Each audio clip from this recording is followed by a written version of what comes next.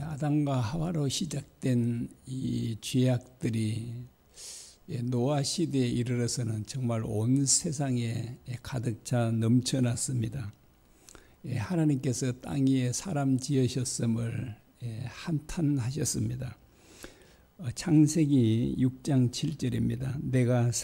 내가 창조한 사람을 내가 지면에서 썰어버리되 사람으로부터 가축과 기는 것과 공중의 새까지 그리하리니 이는 내가 그것들을 지었음을 한탄함이니라. 그리고 이제 이 말씀은 하나님께서 이제 독백으로 말씀하신 말씀이고요. 그리고 하나님께서 노아에게 이렇게 말씀하십니다. 창세기 6장 17절과 14절입니다. 내가 홍수를 땅에 일으켜 무려 생명의 기운이 있는 모든 육체를 천하에서 멸절하리니 땅에 있는 것들이 다 죽으리라. 너는 너를 위하여 방주를 만들되 라고 말씀합니다. 하나님께서 홍수를 일으켜서 땅에 있는 모든 자들을 코로 숨을 쉬는 모든 자들을 다 진멸시키겠다라고 이렇게 말합니다.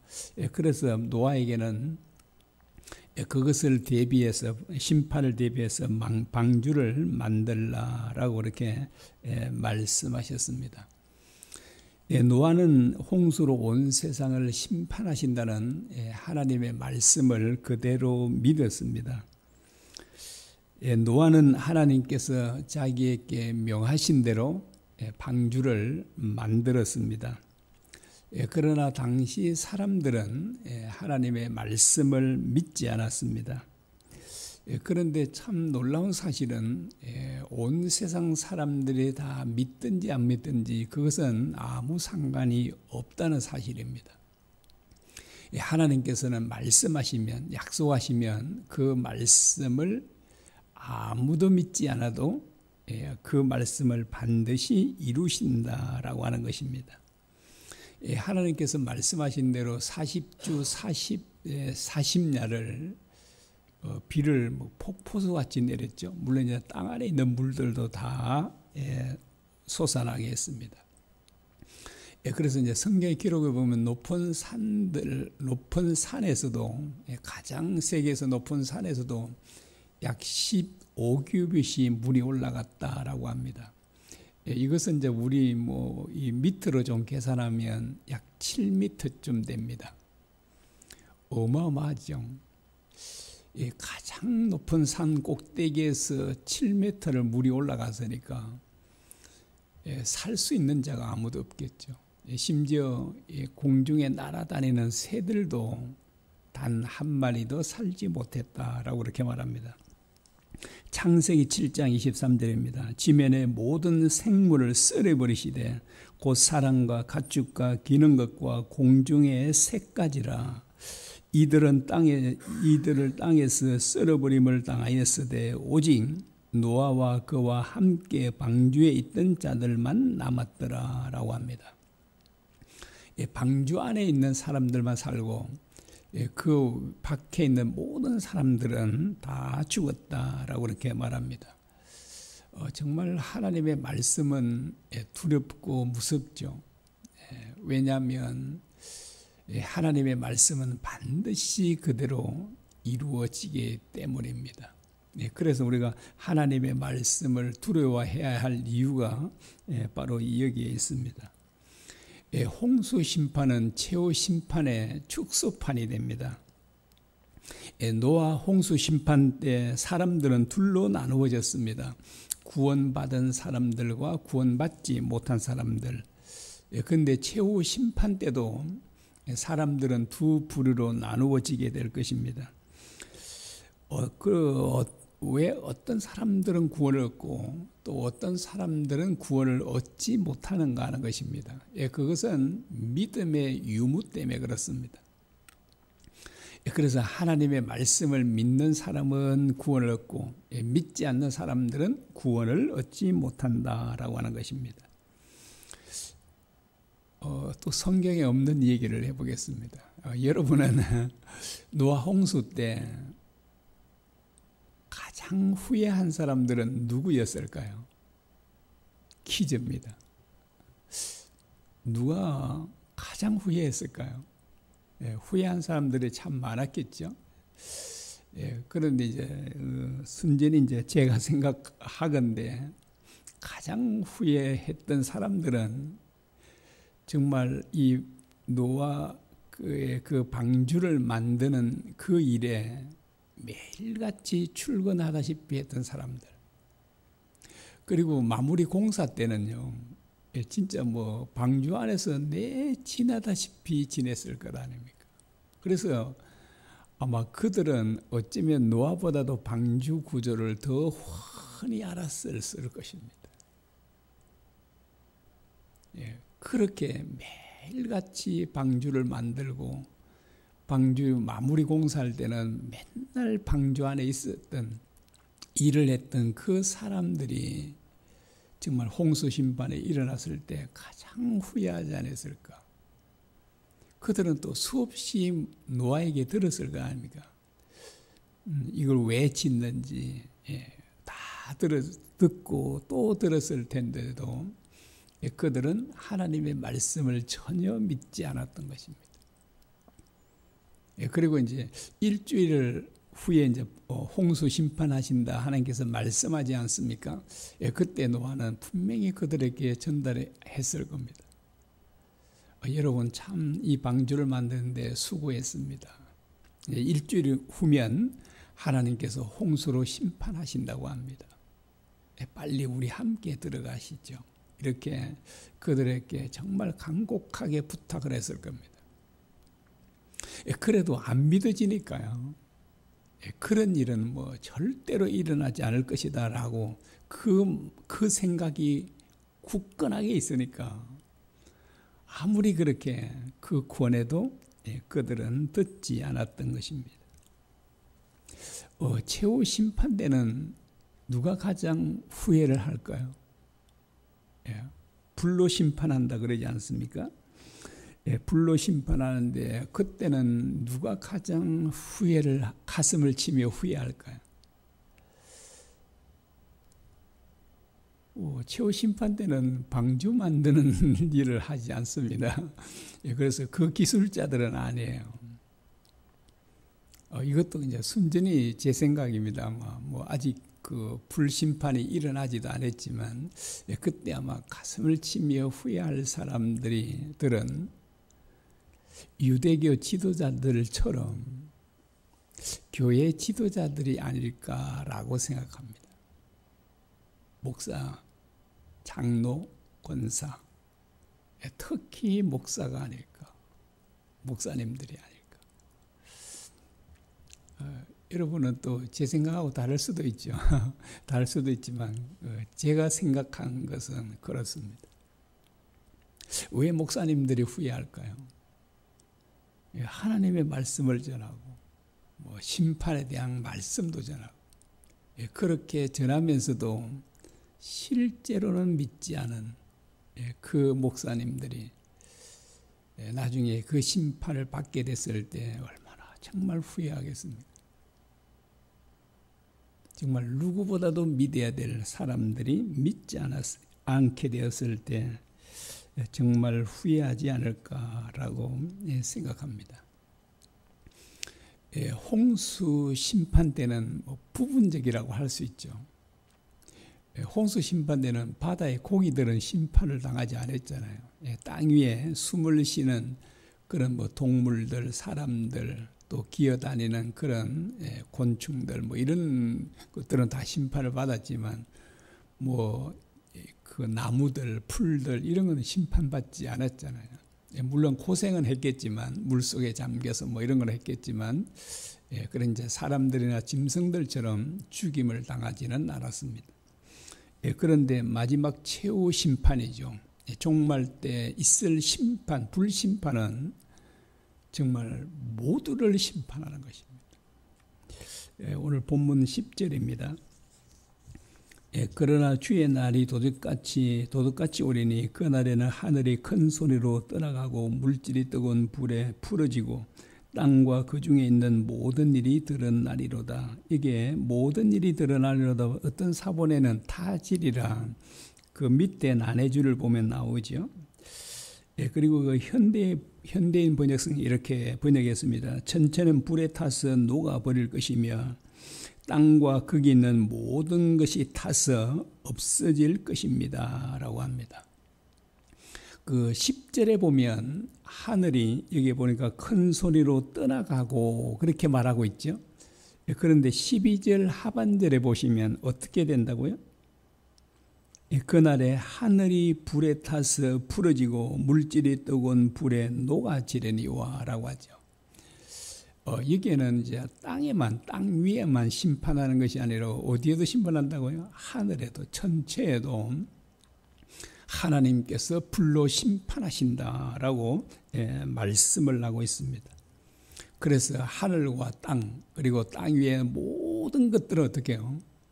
불타버린다는 것입니다. 완전히 녹아버리게 될 것이다 라고 그렇게 했는데, 홍수 심판대는 방주를 통해서 피할 수 있었지 않습니까? 죽음을. 그런데 마지막 불심판은 그 어디에도 피할 곳이 없다라고 하는 것입니다. 왜냐하면 하늘에까지도 불심판이 있기 때문이죠. 그래서 뭐 하늘, 땅, 진짜 뭐 온 우주적인 심판이 있을 것이다라고 하는 것을 이제 지금 말씀을 하고 있습니다. 자, 이 심판에 대한 말씀은 구약 성경에도 있고요. 그리고 특별히 계시록에는 더 자세하게 이제 온 세상이 완전하게 멸망될 것임을 그렇게 계시록에는 정말 자세하게 말씀을 하고 있습니다. 자, 오늘 이제 본문 이 말씀요. 10절과 12절의 이 말씀에 보면 하늘이 불타고 땅과 그 위의 모든 것들은 불타버릴 것이다. 이 우주를 구성하고 있는 그 모든 요소들이 완전하게 그렇게 해체된다고 이렇게 말하죠. 풀어질 것이다.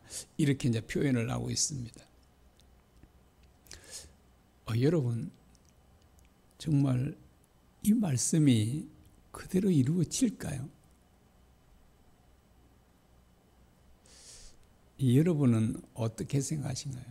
정말 이 본문의 이 말씀대로 하늘이 불타고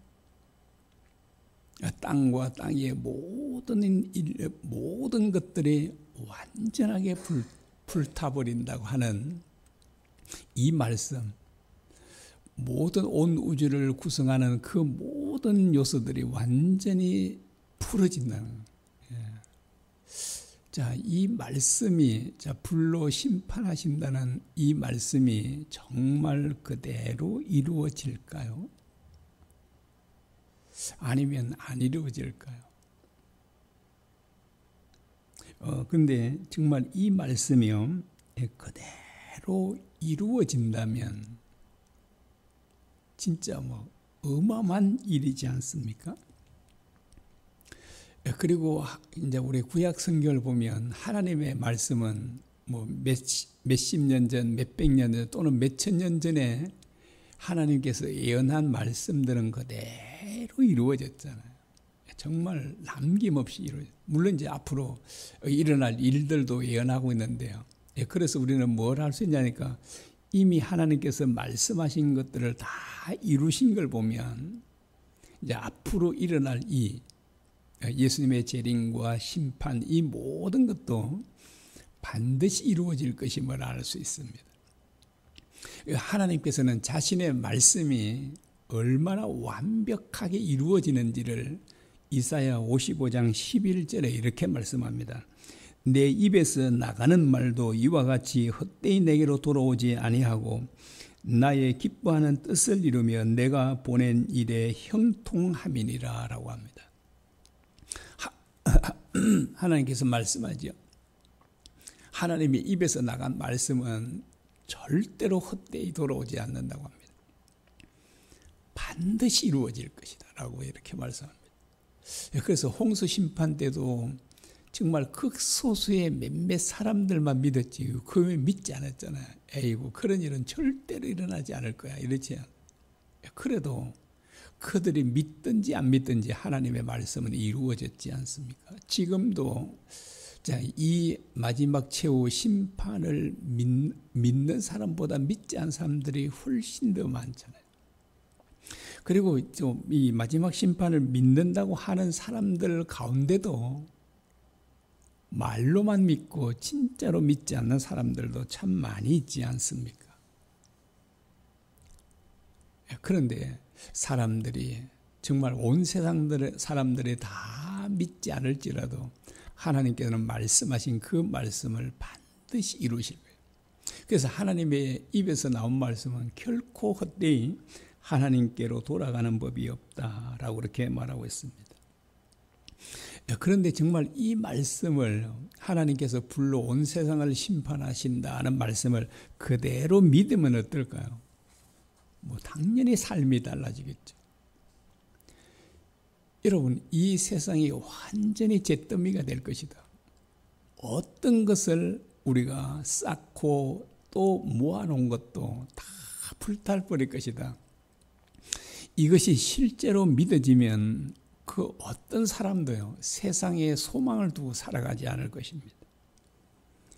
여러분, 이 말씀을 믿는 사람이 물질에 대해서 욕심을 부릴까요? 절대로 욕심을 부리지 않을 것입니다. 세상 사람들이 많이 가진 것 부러워할까요? 부러워하지 않겠죠.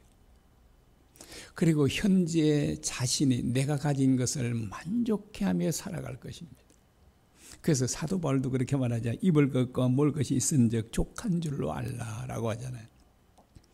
정말 이 말씀을 진짜 믿으면 그 삶이 가능하겠죠. 그래서 물질적으로 많은 손해를 본다 할지라도 속상해하지 않을 것이죠. 그런데 이 말씀을 믿지 않는 사람들은 그런데 욕심을 부리며 살 수밖에 없지 않습니다. 하나님의 심판을 믿지 않는 사람들은 육체의 소욕, 육체의 정욕과 그 욕심을 쫓아 살아갈 수밖에 없습니다. 이것이 바로 불신자들의 삶이다라고 그렇게 말합니다. 그런데 믿는 사람, 믿으면요, 이 말씀을 진짜로 믿으면 그 사람은 절대로 자신의 육체의 욕망과 욕심을 쫓아 살아가지 않게 됩니다. 그 사람은 하나님의 말씀을 쫓아 살아가죠. 그래서 마지막 불심판을 피할 수 있는 유일한 길이 뭐예요? 이 심판의 말씀을 믿는 것입니다. 진짜로 믿는 것. 진짜로 믿으면은요, 자기 소견에 옳은 대로 살아가지 않겠죠. 언제나 하나님의 뜻을 쫓아 살겠죠. 그래서 하나님의 뜻을 쫓아 사는 사람들은 영원히 하나님 나라에 거하게 될 것이다 라고 말합니다.